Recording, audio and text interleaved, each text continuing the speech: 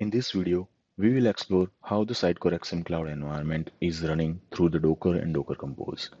I assume you have basic working knowledge about how Docker and Docker Compose. Our major objective is to learn how the Docker Compose files are created to run XM Cloud on local environment for the development purpose. So let's start. Our major objective is to explore the Docker folder, scripts folder, environment file, docker-compose.override.yml and docker-compose.yml files. I am switching over to Visual Studio Code now.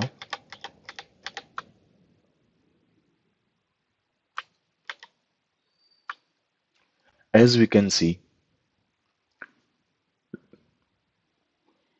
we have a local containers folder.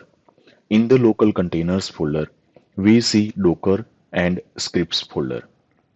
Let's expand the Docker folder. The Docker folder contains build, data, deploy, and traffic folders.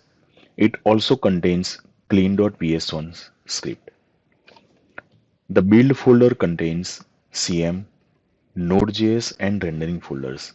We can see Docker file available for each folder. In the CM Docker file, we can see it takes few input arguments. Later, we will learn from where the values for these input arguments are provided. The rest of the commands are used to build the CM image. The same way, Node.js Docker file is used to download the Node.js executable based on the configured Node.js version in the environment file. The rendering Docker file contains the input parameter, sets the working directory, exposes the working port, and then runs the entry point command npm install and npm run start connected. We will see the significance of this entry point command later on when we will execute the actual environments uh, through the Docker. The data folder contains CM, Solr, and SQL folders. The CM folder will hold the log files which are synchronized from the running CM container to the local system folder. The Solr folder contains the Solr configuration related files and folders synchronized from the running Solr container. The similar way, the SQL folder contains database files synchronized from the running SQL container. We will come back to these folders and see the actual files and folders synchronized when we start the XM Cloud environment. The deploy folder contains the platform folder. The platform folder is used to hold the deployed or published code from the authoring solution. Here we can see we have an authoring folder and that holds the XMCloud authoring.solution. When we implement any CM related functionality through this solution, we need to deploy it to this platform folder for the local Docker containers to pick them up and apply it in the CM instance.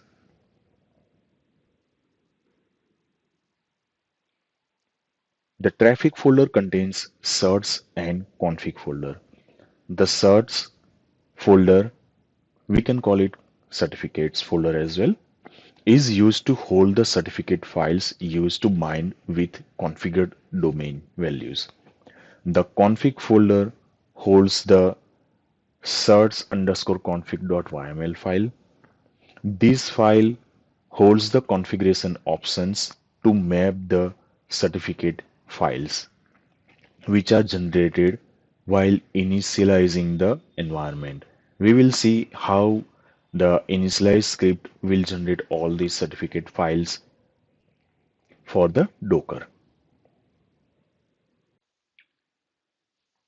The scripts folder contains down.ps1, init.ps1, new age token.ps1, up.ps1, and upfunctions.ps1 file.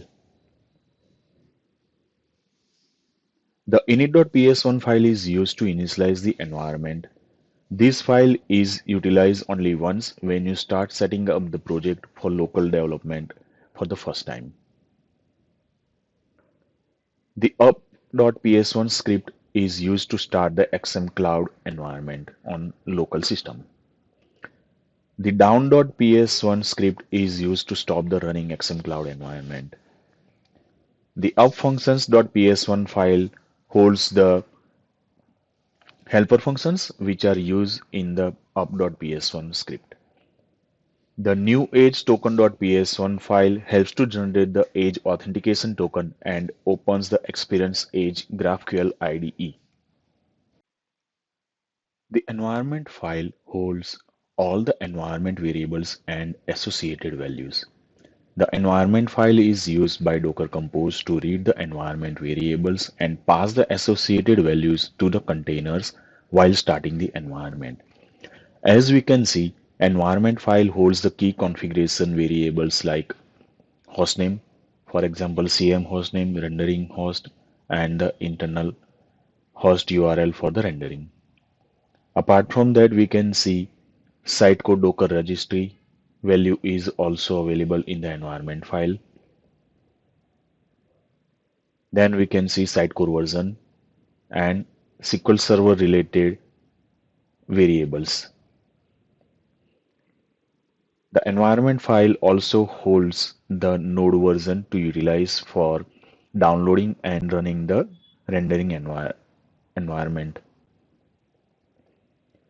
As you can see, there are some other variables as well which are utilized across the containers while starting the environment.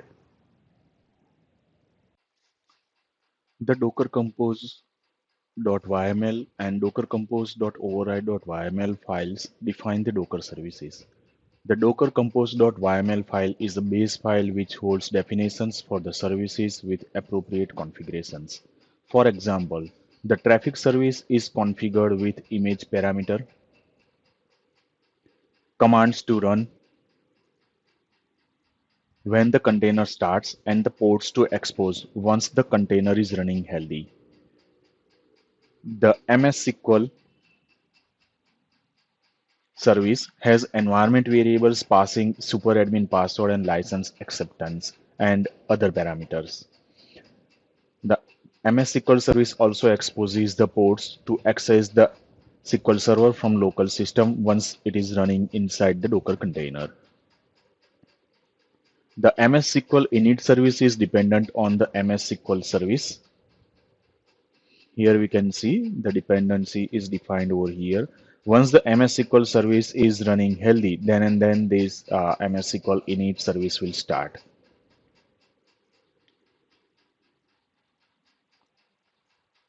The Solar and Solar init service are also work the same way as the MS SQL and MS SQL init services.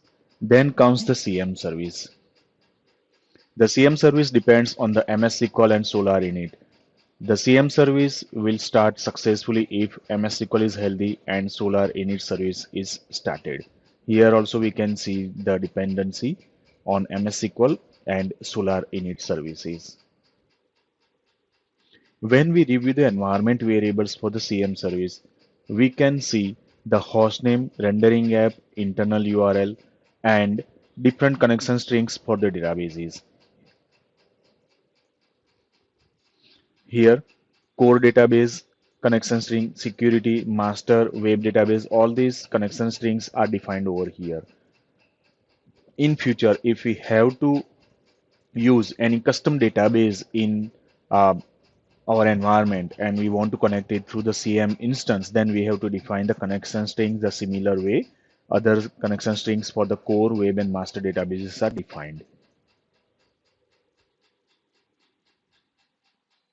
The CM service is also configured with the labels which are required for the CM service being accessible by the traffic. Traffic is the reverse proxy which passes the request to the um, behind the scene containers. CM is one of the containers which is taking the request from the traffic. The docker-compose.override.yml file overrides the service settings defined in the docker-compose.yml file.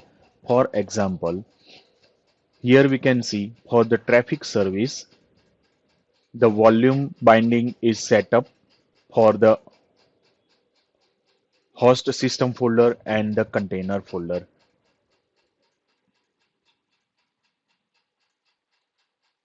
The same way, volumes are defined for MS SQL and Solar services. For CM service also we can see different volumes are defined. One is the platform, another is the uh, CM folder which we explored in our earlier video.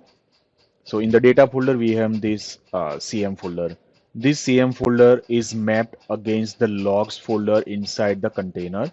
So all the logs files which are created in the container when the CM instance is running, we can see all the log files listed in this folder.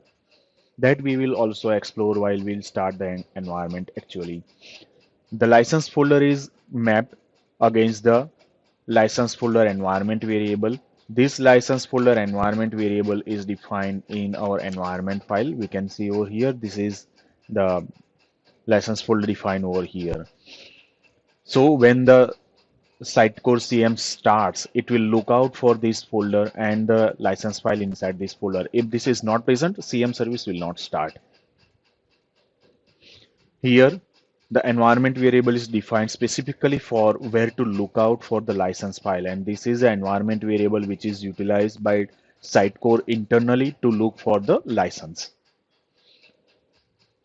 With the help of this environment variable and the configuration of these volumes, we actually do not need to put the license.xml file in the app data folder. Earlier with the monolith Sitecore installation, we need to put the license.xml file in the app data folder. So with the containers, we can just skip that setting and we can utilize the environment variable to provide the license file.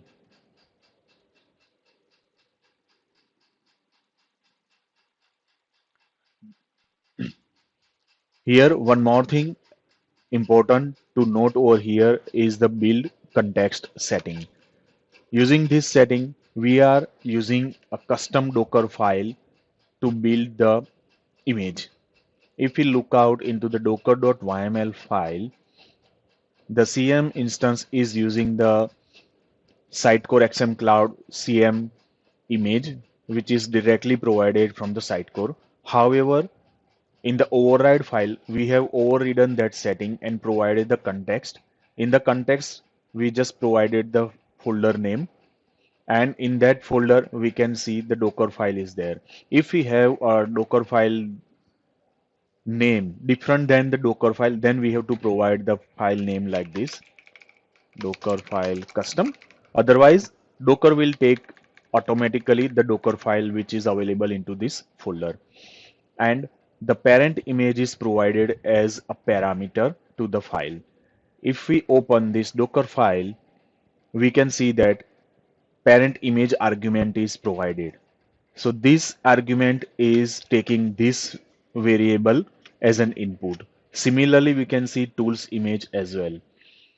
So the docker-compose.override file is utilized to customize any base services if we want, or we can just use them as it is if do not want.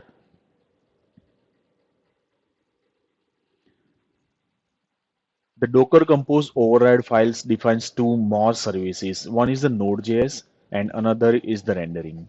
Node.js is utilized to build the Node.js executable image, which is utilized as a parent image for the rendering. This Node.js service will not start or will not run or do not provide any accessible service. However, this is the service required to start the rendering container. When we see this as a parent image, it takes a parameter for the Node.js service, and this is the one, the name which is matching with our image name as well.